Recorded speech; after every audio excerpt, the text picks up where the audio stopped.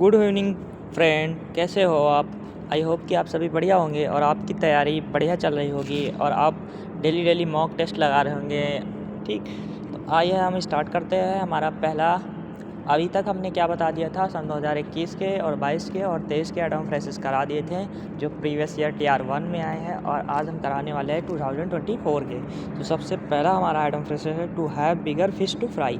That person is bigger to fish to fry का मतलब होता है जो बंदा क्या हो खाना बनाने में इंटरेस्ट होता है उसे बोलते हैं बिगर फिश टू फ्राई। ऐसे याद कैसे करेंगे, जो मछली बड़ी होती है उसको फ्राई करना है, मतलब सब कुछ बनाना है, तो उसको बोलते हैं टू हैव इंटरेस्टेड कुकिंग।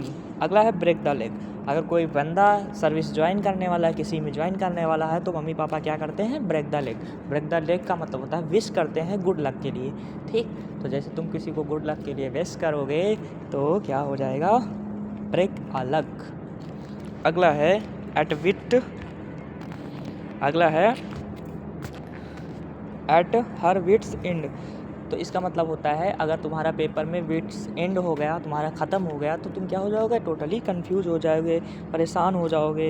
ठीक, तो उसको बोलते हैं at her wits the end. अगला है गोल्डन अपॉर्चुनिटी। तो तुम लोगों के पास अभी गोल्डन अपॉर्चुनिटी है, तो उसको मतलब होता है स्टील फ्रॉम द शॉप। जितने भी चीज़ है चुरा लो दुकान से। तो तुम्हारे पास गोल्डन अपॉर्चुनिटी, चुरा लो, तो इसका मतलब होता है किसी चीज़ को चुरा लेना है, मतलब गोल्डन अपॉर्चुनिटी। अगला है on the ball. On the ball का मतलब होता है जैसे तुम लोग अगर ऑन द बॉल रहोगे तो एग्ज़ाम नहीं क्रैक कर पाओगे। ऑन द बॉल का मतलब होता है unaware for any change and lazy react. तुम्हें पता ही नहीं है क्या क्या चेंज हो रहा है, क्या क्या करंट में चल रहा है, तो तुम क्या हो, ऑन द बॉल। अगला ऑन द फेंस का मतलब होता है बैड चीज़ों को अवॉइड करना। तो तुम जब तक बैड चीज़ों को अवॉइड नहीं करोगे, गुड चीज़ों को इन्वॉल्व नहीं करोगे, तो तुम लाइफ में सक्सेस नहीं होगे। अगला है बाइट द बुलेट। अब फॉर एग्जाम्पल क्या है, अगर तुम बाइट द बुलेट कर रहे हो, मतलब you will prepare bite the bullet that you get success. अगर तुम फेस करोगे डिफ़िकल्ट सिचुएशन को विद साहस के साथ, जैसे कोई भी सवाल आया मैथ का तो तुम डर जाते हैं, अगर उसको फेस करोगे डिफ़िकल्ट के साथ, बाइट द बुलेट के साथ, तो तुम एग्ज़ाम को क्रैक कर लोगे। अगला है हमारा केयर अ हैंग। तो अगर कोई बंदा क्या होता है, बहुत ज़्यादा नॉलेज वाला होता है तो केयर ए हैंग होता है, मतलब वो शो नहीं करता कि मेरे पर, शो नॉट इंटरेस्ट, दिखावा नहीं करता है। अगला है ट्राई वेरी हार्ड। तो अगर तुम क्या होगे, मूव एंड हेवन एंड अर्थ, मतलब तुम स्वर्ग और पृथ्वी तुम सब जगह चक्कर लगा लोगे, तो तुम क्या कर लिया, बहुत सारा परिश्रम कर लिया है, क्या है ना, हम सब कुछ कर लिए फिर भी नौकरी नहीं मिली। ठीक, तो उसको बोलता है to move heaven and earth. अगला है hit the nail on the head. तो तुम्हें क्या करना चाहिए, सही समय में सही काम करना चाहिए, तो उसको बोलते हैं idiom phrases hit the nail on the head. You will do hit the nail on the head that you will get success. अगर तुम hit the nail on the head करोगे तो तुम सक्सेस होगे, सही समय में सही काम करोगे, पढ़ाई के समय में पढ़ाई करोगे, मस्ती के समय में मस्ती करोगे, तो फिर तुम सक्सेस हो जाओगे। अगला है read the letter between line. Read the letter between line का मतलब क्या होता है, किसी चीज़ की हिडन मीनिंग को ढूंढना, तो फाइंड आउट हिडन मीनिंग। जैसे कोई लेटर आया तो उसमें तुम कीवर्ड ढूंढते हो, जैसे फॉर एग्जांपल तुम एग्जांपल पढ़ रहे हो, कुछ भी पढ़ रहे हो, तो उसमें कीवर्ड ढूंढते हो कि कोई ऐसा चीज़ ट्रू मिल जाए जिससे हम प्रॉब्लम सॉल्व कर ले, तो तुम क्या कर रहे हो, उसमें hit the nail on the head, oh read the letter between line. अगला है जंप द गन। जंप ऐसा याद कर लेना, गन के ऊपर कूद जाना, तो मतलब किसी चीज़ को क्या करना, do something soon and quickly, किसी चीज़ को तुरंत ही करना, मतलब गन तब कब पकड़ते हो जब क्या डायरेक्टली अटैक होने वाला, तो किसी चीज़ को तुरंत करने के लिए हम क्या करते हैं, जंप द गन। अगला है a dime in dozen. A dime in dozen का मतलब होता है जो बंदा एकदम नॉर्मल हो, कॉमन पीपल हो, तो उसको बोलते हैं टाइम इन डजन। तो तुम्हें टाइम इन डजन नहीं बनना, तुम्हें कॉमन नहीं बनना, एक्स्ट्रा बनना है, स्पेशल बनना है, अलग सोचना है, अलग तरीके से पढ़ना है। अगला है nobody is fool.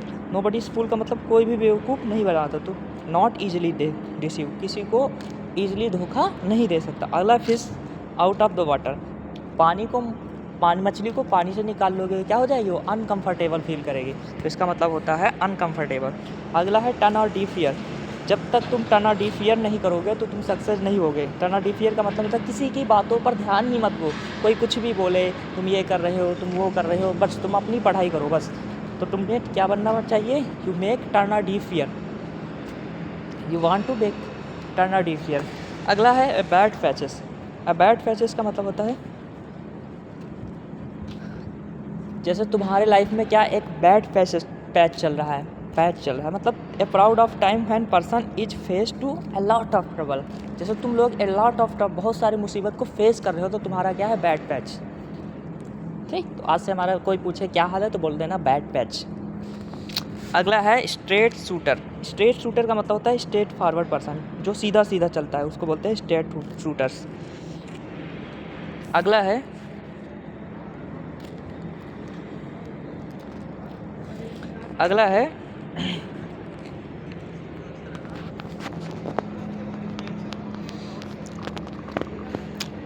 Once in a blue moon. ठीक, तो जैसे फॉर एग्जांपल कोई होता है ना once in a blue moon. Once in blue moon का मतलब है नीला चंद्रमा। नीला चंद्रमा केवल कभी कभी दिखता है, तो मतलब क्या है ना, तुम तो कभी कभी आती हो या कभी कभी फ़ोन पढ़ते हो, तो तुम क्या हो गए हो? कभी कभी, रेयरली। रेयरली का मतलब होता है कभी कभी। यहाँ लिखा है not very often. Not very often का मतलब भी क्या होता है? अक्सर नहीं होता। नॉट मतलब कभी कभी आते हैं।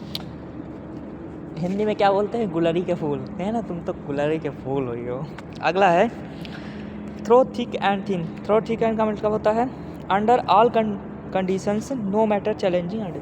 सारी कंडीशन है, तुम्हें ये चैलेंज करना है कि ये डिफ़िकल्ट है या फिर। अगला है keep the wall from the door. अपने डोर से वॉल को दूर रखना, मतलब क्या होता है? भूखमरी को दूर रखना है, अवॉइड स्टारवेशन। ठीक। अगला है टू ब्रिंग द लाइट।